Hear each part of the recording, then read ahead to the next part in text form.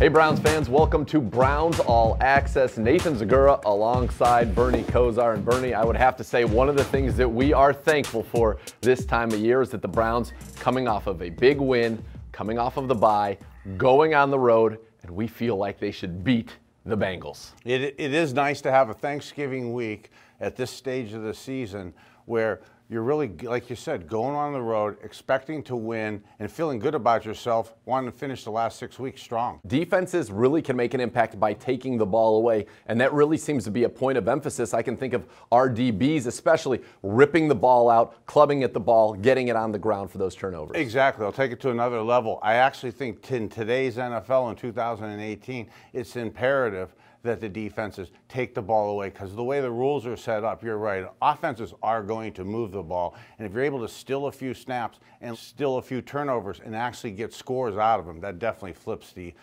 field for you. Yeah, and speaking of taking the ball away, that's something the Browns defensive backs have done very, very well this year. Part of that, the coaching of Dwayne Walker. We sit down with him in our Papa John's Play Breakdown.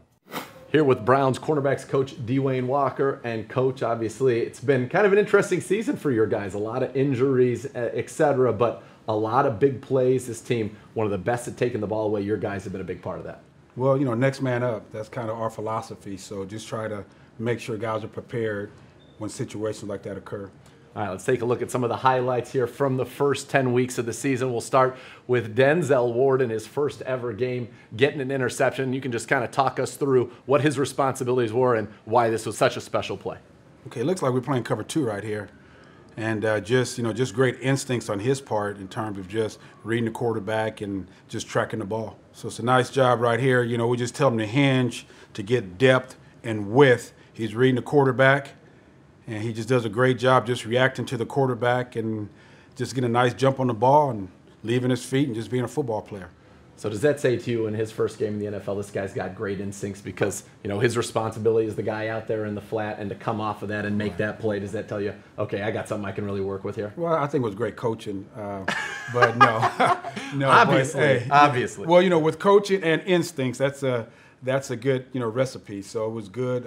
He did exactly, you know, things that we practiced, and his athletic ability just took off. TJ Carrie, a guy who's kind of been all over the field for you this year, making a big play that really kind of helped propel this team to that big win against the Falcons. You know, TJ, he's heavy-handed, so this is something that we try to drill, you know, with Greg. He's real big on forcing fumbles, so he just hits that soft spot, and his intentions were good, and we're very, very fortunate to come up with a play. Yeah, punches it out and recovers it, and you talk about that's been kind of a point of emphasis, and I'll go ahead and give you credit. Great coaching again, because your corners, just a little bit. Your corners have gotten the ball out a ton this year. How important is that in this day and age to be able to generate those kind of takeaways? Well, it's a production league, and that's something we always talk about, just winning your targets, whether you have a target to make a tackle or a target to pick the ball off, a chance to force a fumble. So it's just when you get your opportunities, try to make the most of them.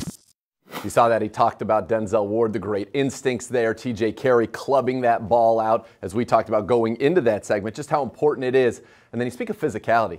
Jabril Peppers at the goal line, leveling Tevin Coleman when it looked like a sure touchdown. The defense with that goal line stand. When you have a goal line stand like that as a defense, what kind of mindset does that put you in? Not only does it put the positive mindset for the defense, of course, but for the whole football team and your whole fan base. I love the way the coach is coaching them up to be physical and up front with them from the back side of it with the defensive backs. Yeah, and Greg Williams preached that in training camp, that the defense would not give up those yards. They've had a number of great goal line stands so far this year. And we'll be back with more Browns All Access right after this. When we return, we go into the kitchen with Duke Johnson, and Andrew Gribble sits down with the man they call Six, Baker Mayfield.